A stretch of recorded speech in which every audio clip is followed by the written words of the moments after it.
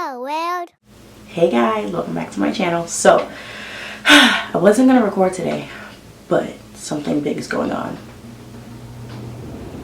I'm gonna try my best not to get emotional.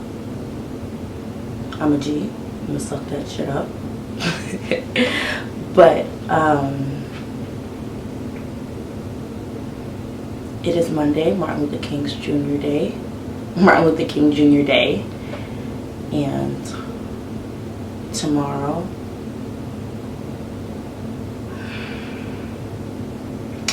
I'm going to give my 2 weeks at my job.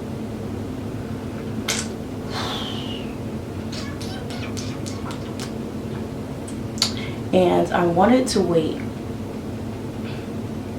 until next week, the 28th, because that was just my day that I was ready. I had time to prepare for that day. But it just so happens that I have a CPR training coming up this week. And from previous jobs, I know that a CPR class costs a lot of money. And I was gonna ask my sister to watch my kids, but she got sick and her kids are sick, so now I no longer have a babysitter for that. And I was like, crap, what am I gonna do? And then I realized it's not fair for me to know that I'm leaving a job and have them pay so much money for me to take a class. It's just not right. So I'm gonna have to speed up my date and give my 2 weeks tomorrow. I wasn't prepared to do this tomorrow. I felt like the 28th was the day, I had some time. But I'm gonna be completely honest with them, it's a lot going on mentally with me, and they've noticed, so it's not like it's something that I can hide, and they know it's been brought to my attention at work that I'm a little distant and I seem distracted. I'm not like 100% there, and I don't feel like it's fair for me to come into a job and not give it my all. Like, that's just not who I am. So the fact that I don't know why the walls are creaking. The fact that it's been brought to my attention numerous times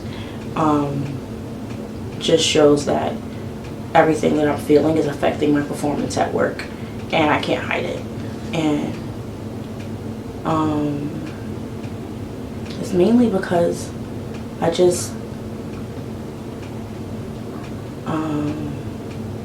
it's not that I just don't want to be there.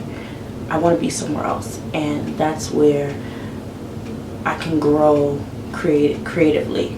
I can really become the person that I want to become, and I can't become the person I want to become if I'm working towards someone else's dream. Like, that's just impossible.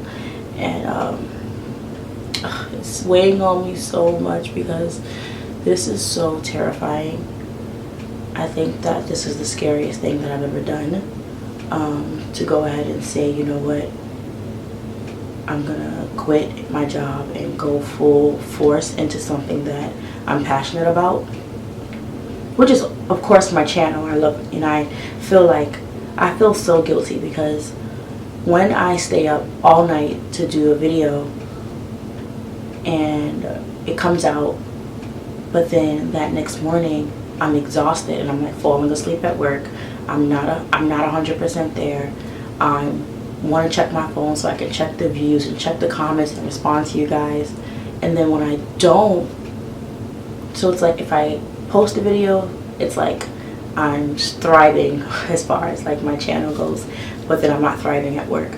And when I don't post a video, I'm thriving at work and everything's great, but then I'm not thriving where I want to be. And it's like I get comments like, where are you? And you're not consistent. I'm not going to subscribe to a channel that's not consistent. Even if it had nothing to do with the followers, the subscribers, which I do, I love you guys, but the fact that I'm not getting a chance to create the way I want to create. There's so much that I have written down. There's so much that I want to do.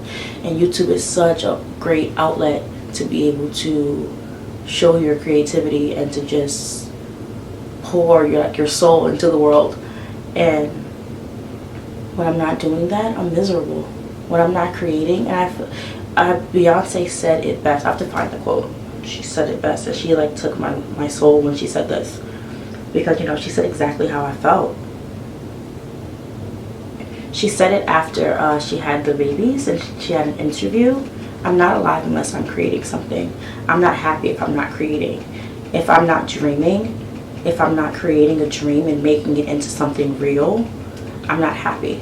If I'm not improving, evolving, moving forward, inspiring, teaching, and learning, I have said that I'm not like a beehive. I'm not a part of the beehive. I love Beyonce, but I'm not like one of those diehard fans. But when I read her interview, she said that, I was like, you're speaking to my soul. Because it's like, that's exactly how I feel. And when I'm not doing what I love, which is making, just, I don't want to like, when I'm not doing what I love, and I don't want to go into detail and lay out every single thing that I love to do, because it all boils down to creating. When I'm not creating, I feel miserable, and it's starting to show. And I feel like there's nothing else I can do but to just bite the bullet full force and just take that jump and just do it. And let me tell you how scary it is, because I have 2 kids, and at times I feel like maybe I'm being selfish. I'm getting emotional.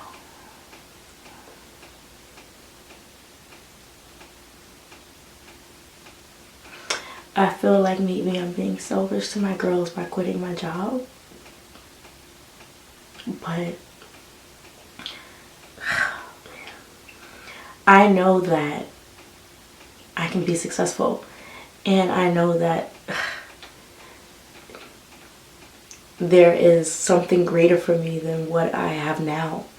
And I know that I can create such a beautiful life for them, where they can see their mom go after her dreams, and then they know that they can go after their dreams too. Oh my gosh, I'm such a little baby.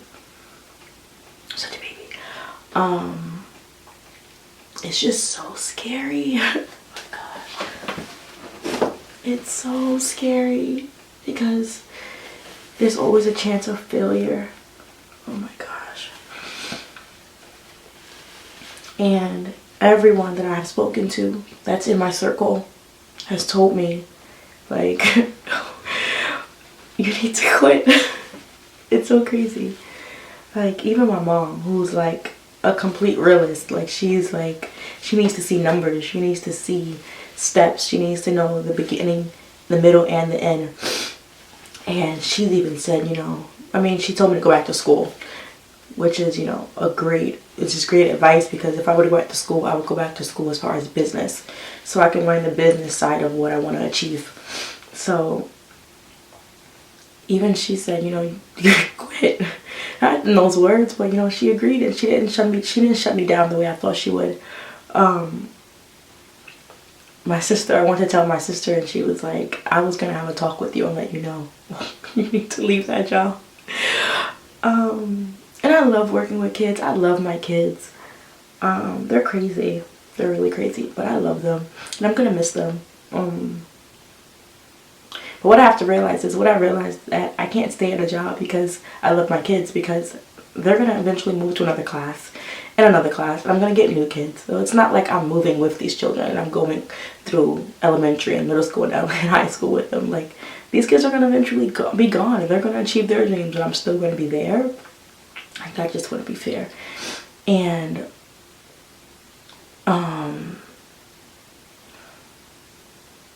when I was 11, I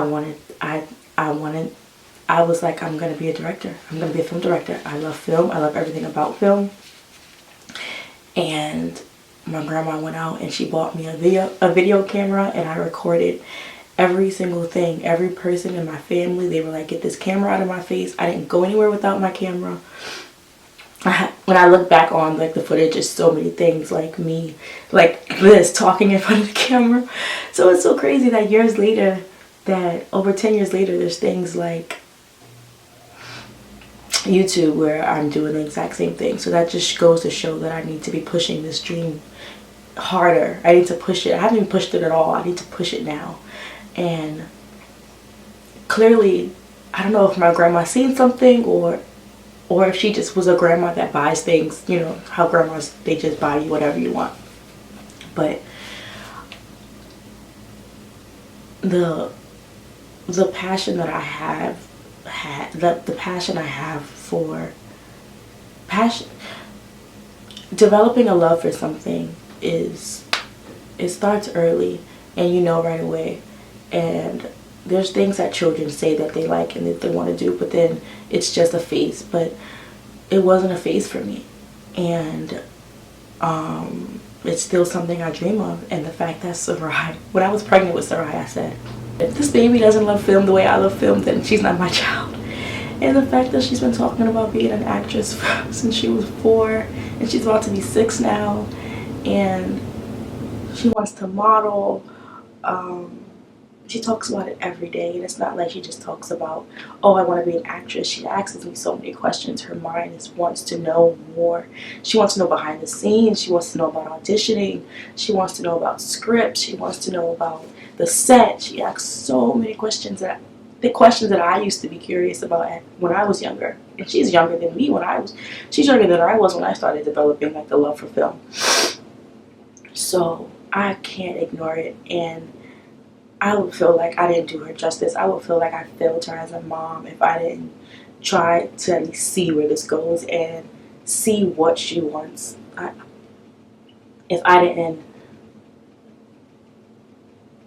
push her dream for her the way I wish someone would have pushed my dream for me. So I have to. I owe it to her. I owe it to my grandma. I owe it to myself. And it's just so scary though. Because, you know, because if it's just a phase for her, fine, great. But if not, I can't like leave it to her to achieve her dreams as an adult. Because if it can start now, it'll be so much easier for her. I'm so emotional. And I think I'm emotional now because I've been talking to so many people about it, and they've been so optimistic. And not so many people, just people in my circle really. And they've been so optimistic, like, yeah, you got this, you need to do it already, just go. And then I'm just like, just taking it all in, you know, just taking it all in. And this is the first time I got to really like just sit down and lay out all my fears and feelings. Like I told my best friend Renisha, but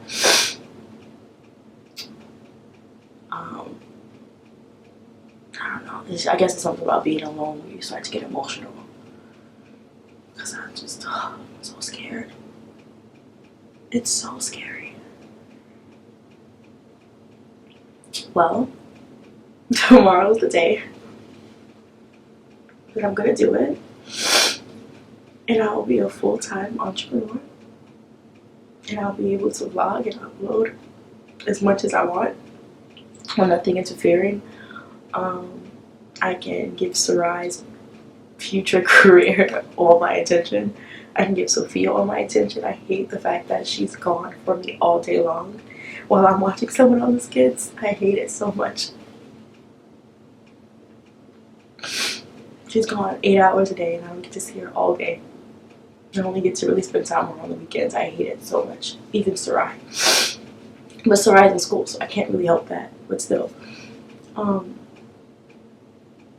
Yeah, I'm the last one to pick up Sarai every day because I get off work so late. And that's just not the kind of parent that I wanted to be.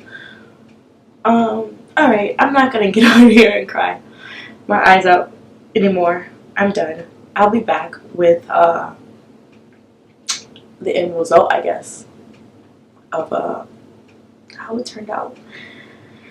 I'm a G. I'm gonna suck it up. Alright, Asia. You got this. So scary. I'm so scared. I don't think I'm gonna go to sleep tonight. I think I'm gonna be up all night, like, anticipating. Okay. Alright. Got this. I got this. Alright, guys. Let's get into this conversation. Hey, guys. I'm back. Happy spring. Yeah, it's springtime.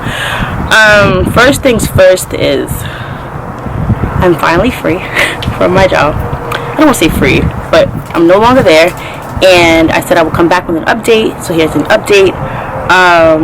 That video was shot in January, and I did end up giving my 2 weeks that day. It was terrifying. I ended up crying in front of my boss, but it's now March and she did ask me to stay on with the job for like about a month or so until they found coverage, and they did end up finding coverage. So once they found the coverage, it was just time to go, and I didn't end up leaving till I think March 7th was my last day. Yeah, March 7th was my last day, and I feel great. I've been vlogging ever since I stopped working, and I feel emotionally stable. Being at my job and having to have such high energy at all times, because that comes with the territory of working with kids, was really difficult because my mind and my heart just wasn't in it, and I had a lot of other things going through my mind, like getting a divorce and Sarai and Sophia. So it was really difficult to be there and give them 100%. So that's the update. I finally let out the video yesterday for Sarai's birthday party, and I've vlogged a whole bunch of stuff. It's just been sitting in my computer waiting. So now that I'm finally free with my time, I can go ahead and can't even talk, update those videos, and just keep putting out content for you guys. I'm so excited because next up is Sarai's room. I think my hands are really ashy, so if they are, I'm sorry. But Sarai's room, she wants a big girl room, guys, and it's driving me nuts because I want her to stay little forever. I did her room when we moved here when she turned 3, and now she's 6, so she's like, this is a baby room, and I want a bigger room. I want pink and gold. I'm like, gold? Gold is an adult color. So yeah, right now I am working on redecorating her room, and there's a lot of different aspects to it, DIY aspects. So the video is going to be in pieces. It's not going to be one full video. It's going to be a big video at the end. It's going to be DIY projects. That's going to be a part of her room, and then the last video is going to be the big shebang. Here's her room all together. So alright, so I just wanted to update you guys and let you know what was going on.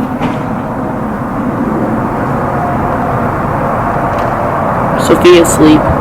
I'm home alone and I just heard a noise. I am going to get back inside and edit this video so I can get it to you guys today. And thanks for watching. Make sure you subscribe. Hit that subscribe button that's down here somewhere. You guys know I never know where it is. It's down here somewhere. Make sure you share this video, comment, like, do the whole shebang. Okay? Love you. Bye. That's our video. Please subscribe for our video. Please subscribe for our videos.